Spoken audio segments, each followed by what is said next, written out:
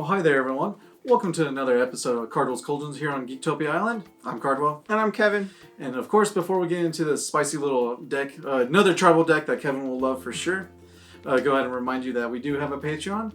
And it just takes $1 to support us. And obviously, to let you know, we do have super secret tech decks on there. So go ahead and check that out. With that, let's get on to the deck. It's called Witness the Fall. It is an Angel Mardu deck.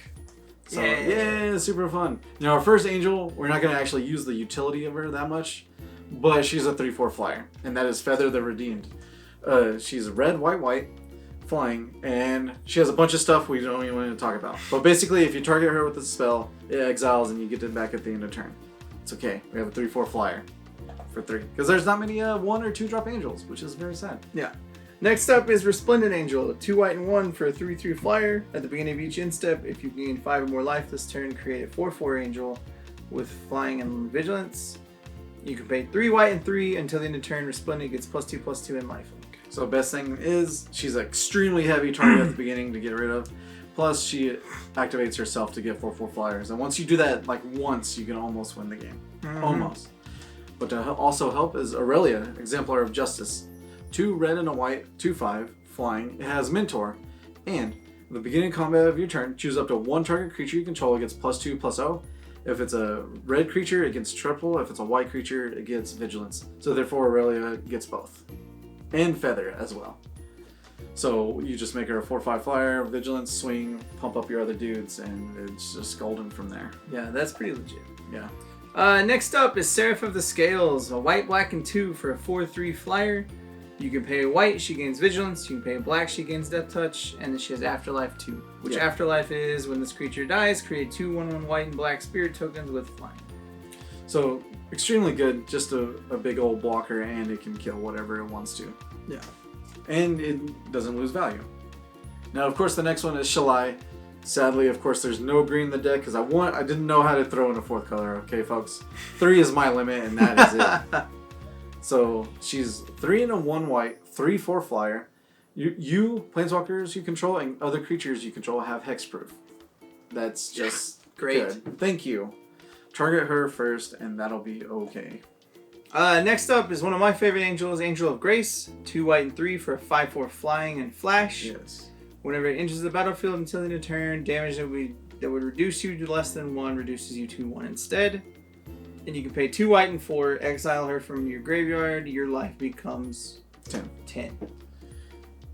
Just thanks. You don't need to explain anymore. That she does everything you need to from the description of the words. Oh yeah. Well, of course we have a Mommy Dearest Angel, Lyra Dawnbringer, because why not? 3 and 2 white, 5/5, flying, first strike, lifelink, and other angels you control get +1/+1 in lifelink. Yay! So of course that immediately helps out with Resplendent Angel to get all the angels you ever need. And they get bigger because Lyra's just ridiculous. Yeah, they become 5/5 flying vigilance dudes. Yeah. It's just thanks. Yeah, thanks.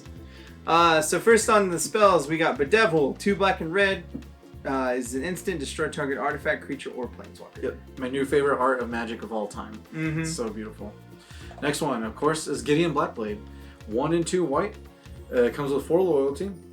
Its static ability is as long as it's your turn. He does his Gideon thing. He's a 4/4 creature and prevent all damage to him and blah blah blah blah blah. Now, +1. Up to another target creature gains control of vigilance, lifelink, or indestructible. So this also helps with Resplendent Angel on a bigger creature. So if Aurelia goes in, gives it lifelink, and it's just so good. She gets lifelink, trample, and vigilance. Yeah, it's all good. If you can get to it. I've never seen this actually happen, but -6, exile target non-land permanent. Yeah. I never actually gave Gideon enough credit. That dude's really, really good. Oh yeah. If he gets to stick around for more than like 2 turns, he has way overdone his welcome. Yeah, he's overstayed for sure. Next up is Prison Realm, a white and 2, an enchantment. It enters the battlefield, exile target creature or planeswalker an opponent controls until it leaves the battlefield, and then when it enters, you scry 1. So it's there to help with planeswalkers mostly. And the scry one really helps too. Yeah, gets rid of what you need and then helps you dig. Yes. Also to give all your dudes lifelink as well is Sorin, Vengeful of the Bloodlord. 2 white, black, 4 loyalty. As long as it's your turn, creatures and planeswalkers you control gain lifelink, so of course Gideon gets that too. +2, it deals 1 damage to target player or planeswalker, so therefore you gain that 1 life. And -X, return target creature from converted mana cost X from the graveyard to the field. And it's a vampire. So if you're able to bring Lyra back once with this, you're golden. Yeah. You have a vampire angel. Yeah, Sorin, if he gets to stick around, he will change the game in your favor pretty easily. Yeah. Pretty quick for sure. Yeah. Finally, we got Vraska's Contempt, because it's still a great card. Yeah. 2 black and 2 instant, exile target creature or planeswalker, you gain 2 life. Yep. Now with this solid package of kill spells, it literally gets whatever you need out of the way. So creatures or planeswalkers. And that's what you need right now, because they're just everywhere. Everywhere. It's ridiculous. Alright, now we'll get to the lands, of course. We have 24 lands. The main ones, everything that needs white in it, because it's a huge mainly white deck with a splash of black and red. So we have Clifftop Retreats, Godless Shrines, Isolated Chapel, and Sacred Foundries, all 4 of them. And now I did 4 black-red Dragonskull Summits because, you know, we do need the black-red, but I didn't want to go too much with the shock lands either, which, yeah, we go. And then we have the basics, of course, plains, 2 plains, 1 mountain, 1 swamp. Because you still want to run some basics, because Assassin's Trophy is a card and Settle the Wreckage. Exactly. You just want to make sure you can get that 1 red that you need to, for sure. Oh, yeah. Now, of course, on the island here, we don't ever do sideboards because we don't know the meta around your place. But we do honorable mentions to help you push against the top tier meta, for sure. And I came across this card again because Command the Dread Horde can suck it. Okay? Silent Gravestone, 1-drop artifact. Cards in graveyards can't be the target of spells or abilities. Simple as that. Command the Dread Horde and get out of here. You can pay 4, tap, exile Silent Gravestone, and all cards from all graveyards draw a card. It's pretty good. So if they're trying to destroy the artifact, then you just make sure, you know, no one has a graveyard. Yeah, thanks. Next up is Baffling End, is 1 white and 1 for an enchantment. When it enters the battlefield, exile target creature an opponent controls. Per mana cost 3 or less. And when it leaves the field, they get a 3/3 dinosaur with trample. You know, of course, this is definitely for the aggro matchups or like the Esper Precinct hero decks, because they're gonna have Thief of Sanity, they're gonna have the hero, and I forgot about this card. This card is so good. Yeah, because it's super early, so you can get rid of their threat that you don't want doing things. Yeah. To just give them a 3/3 later. Exactly. And you just does that. And of course, also Command the Dread Horde is Tocatli Arnagard. 1 white, 1/3. Everyone did this against green-white Golgari decks. It's basically the same thing.